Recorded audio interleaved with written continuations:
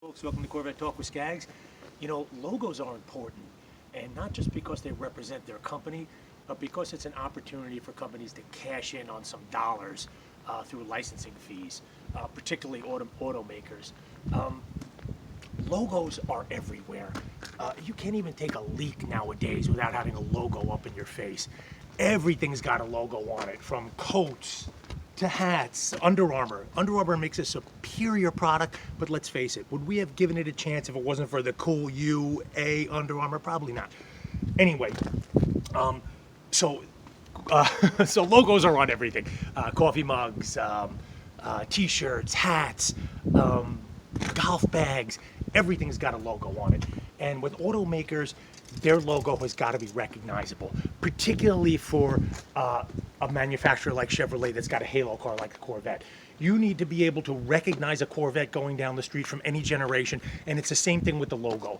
You need to be able to look down at a logo, even if it doesn't say Chevrolet Corvette, and you need to be able to identify it as a Chevrolet Corvette emblem or logo. With that being said, let's jump into Corvette logos here. We got our 2004 Z06 out. We're going to pop the trunk here, and we're going to do some logos.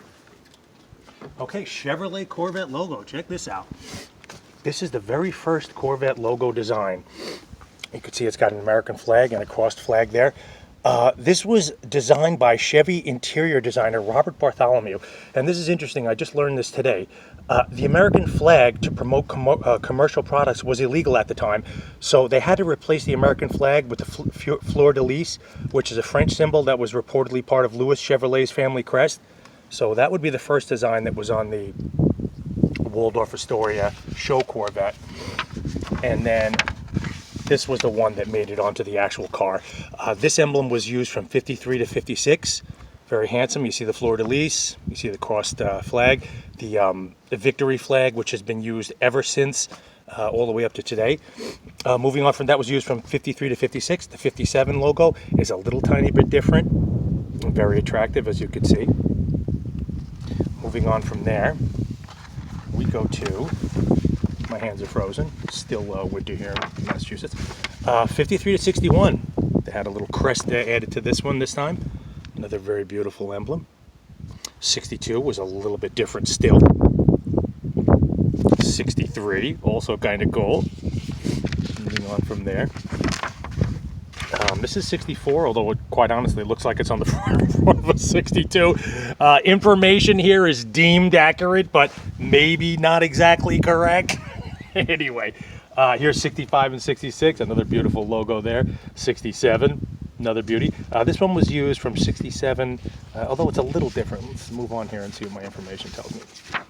All right, this is the one that was used from 68 to 72. You can see it's on my Vette over here. Although once again, it's on the front of the 67. But as you can see, that's the logo from 68 to 72. So totally cool. So then we have 73 and 74 here. Had a little circle around it, very attractive. Chevrolet Corvette. Very attractive emblem. 75 and 76 had a little bit of a starburst. Another attractive emblem. 77. They removed the circle for 77. Still crossed, still victory flag, fleur-de-lis. 78 was the silver anniversary for the Corvette, so all Corvettes had this very handsome emblem. Back to the circle around the outside of the flag. 79 and 81. Kind of difficult to even discern that as a flag, but I guess that's a flag. I kind of screwed that one up. That's actually the 82 collector's edition there. Very attractive. This is the one that was used from 84 all the way up to 96. Attractive emblem. Cool stuff. Scags keep me entertained. This is a very unique emblem that was used on the 40th anniversary Corvette. Very handsome. 40 years of Corvette. Got to celebrate it somehow. 97 to 04. Let's take a walk around to the front of our car here and double check to make sure it's correct. Or maybe Scags dropped the ball again. No, this one's absolutely correct. Here's our 04. Got the fleur-de-lis. Got the beautiful checkered flag. 05 to 13. That's the emblem that was used. Beautiful fleur-de-lis, victory flag. Next page, we go to the Centennial Edition. This was a very unique emblem because it didn't have the the fleur-de-lis. Apparently the only one. Let's take a look at our Centennial Edition Vet and double check. Here we go. Going into the man cave. And here it is. So cool. This was apparently the only emblem that Chevrolet used for the Corvette that didn't have the fleur-de-lis.